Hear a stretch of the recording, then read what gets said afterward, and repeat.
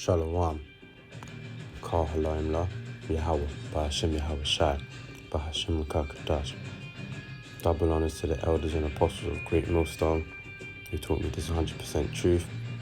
Peace and salutation to the hopeful elects worldwide, both the Akim and the Akwas, who are steady into finding this truth, seeking the Lord.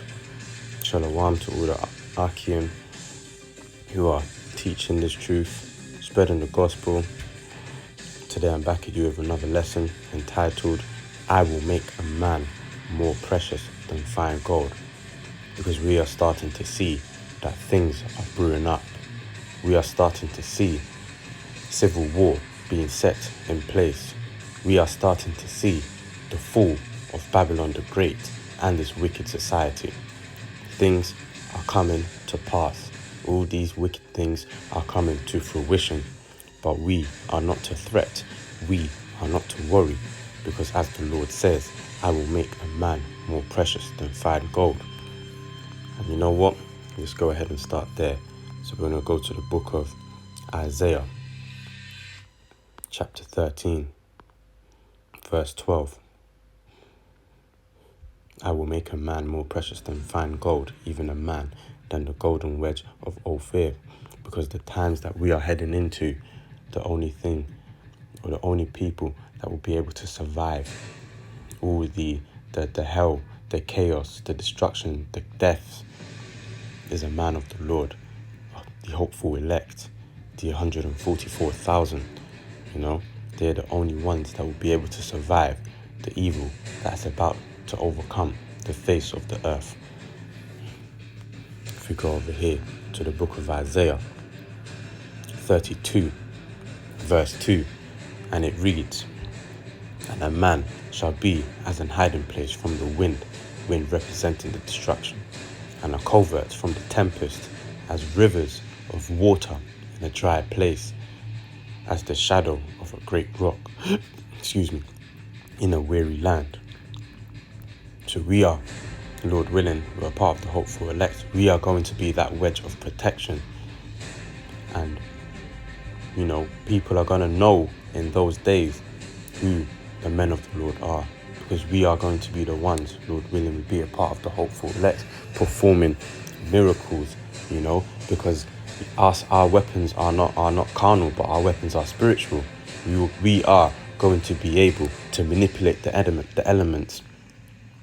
We're going to be able to fly, to disappear, to run and not be weary.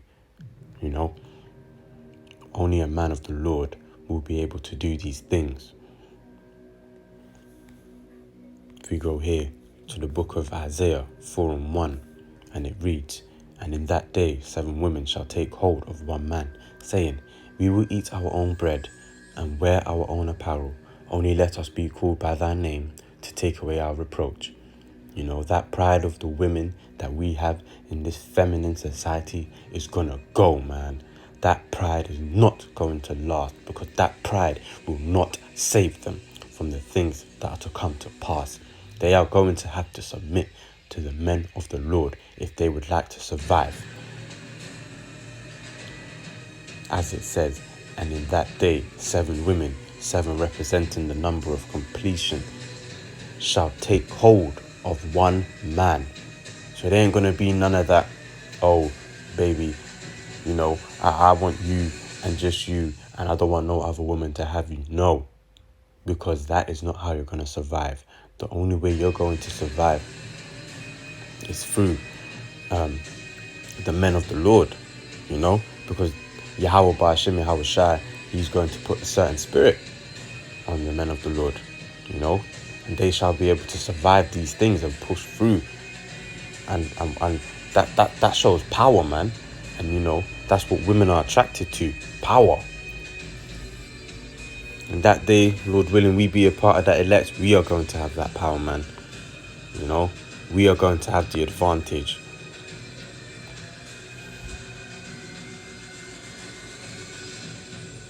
Isaiah 59:19, so they shall fear the name of the Lord from the west, and his glory from the rising of the sun, when the enemy shall come in like a flood, the Spirit of the Lord shall lift up a standard against him.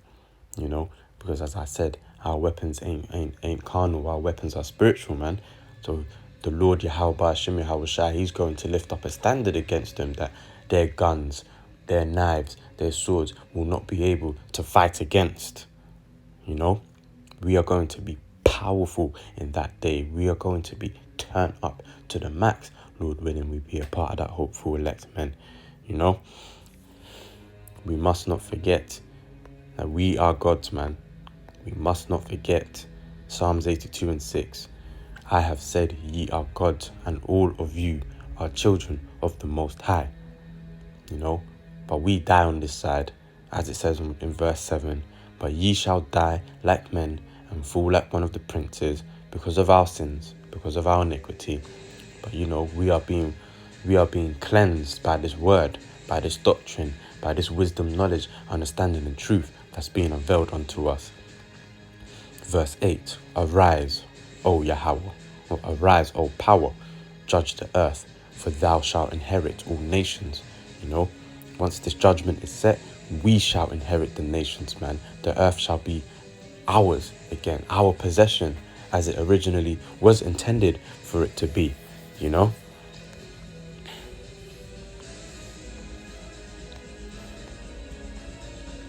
Go over here to the book of Joel, chapter 2, verse 11.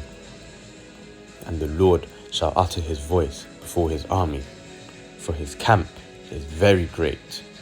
For he is strong that executeth his word. For the day of the Lord is great and very terrible, and who can abide it? You know, so the Lord's army is very great, you know, strong.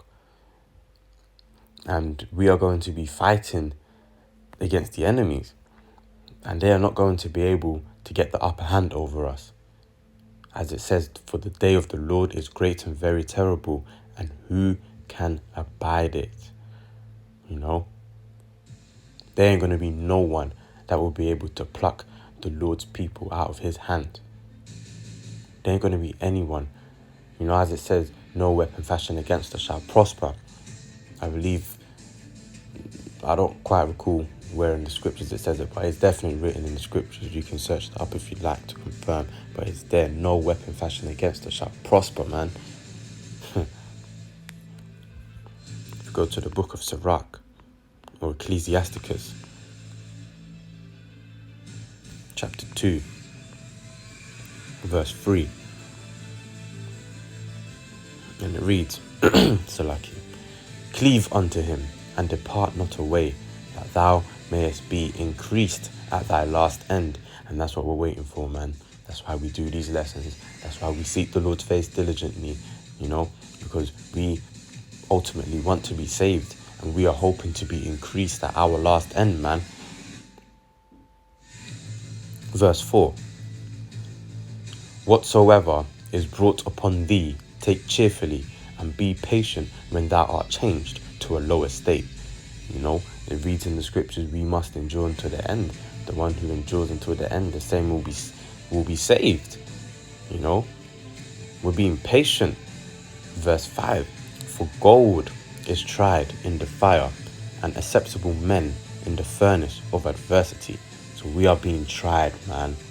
We are being tried like gold in the fire, man, to come out stronger, to come out gods, you know, to come out immortal, to come out powerful, Lord willing. Verse 6, believe in him, and he will help thee. Order thy way aright, and trust in him. Trust in Yahweh Ba'ashem Yahweh Shai, because ultimately this is his story, man. And Lord willing, we be a part of that hopeful elect, so that we can fight against our enemies and have the upper hand.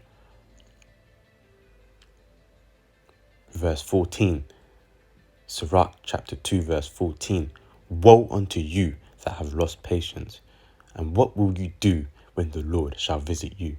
So we again need to endure until the end, man.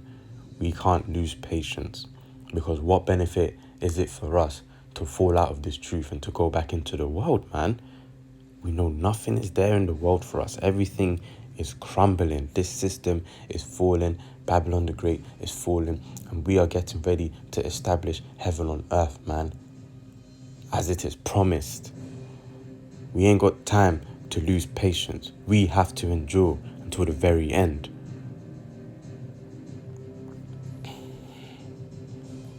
I'm going to close out here in the book of Amos.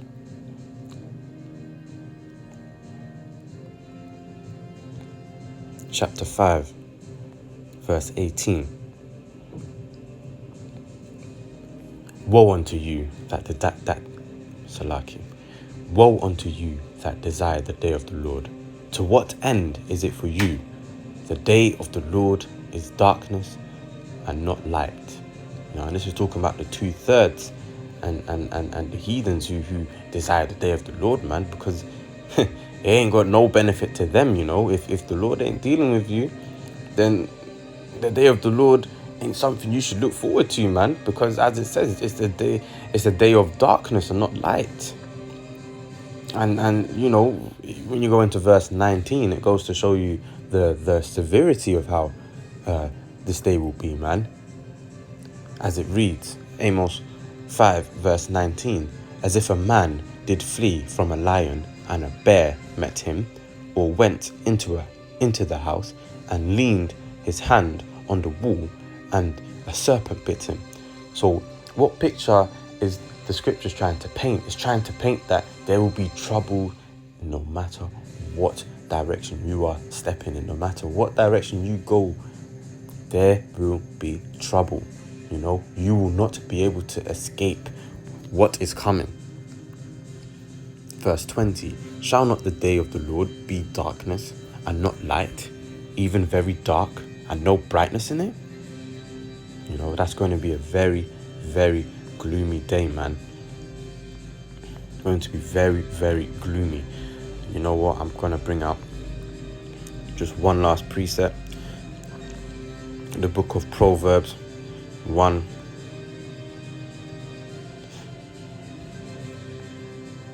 and verse 26. Well, we'll start at verse 24.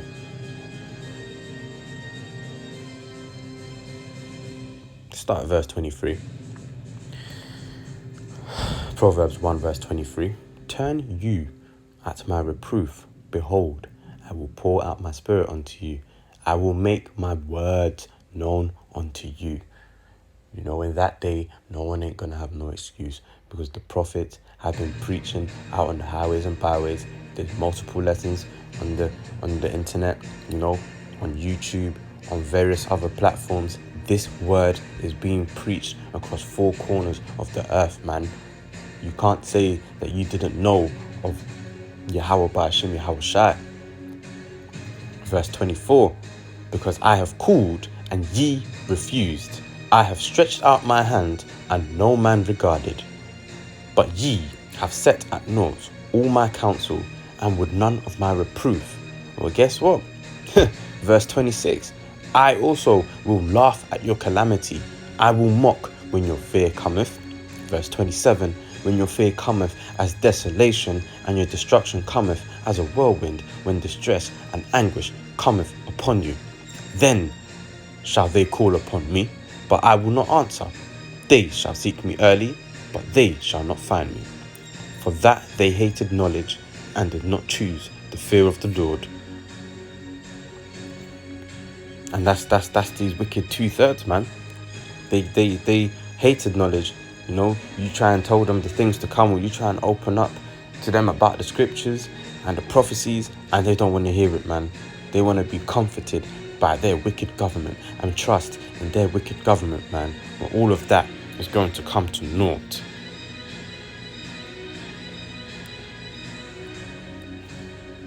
As it says in verse 31, they shall eat of the fruit of their own way and be filled with their own devices. For the turning away of the simple shall slay them, and the prosperity of fools shall destroy them. We don't want to fall on that end of the stick, man. We want to be like verse 33, Proverbs 1 verse 33. But whoso hearkeneth unto me shall dwell safely and shall be quiet from fear of evil. Hopefully this lesson was edifying. Lord willing, we be a part of the hopeful elect. Endure until the end, Israel. Endure. And with that, I say, Shalom.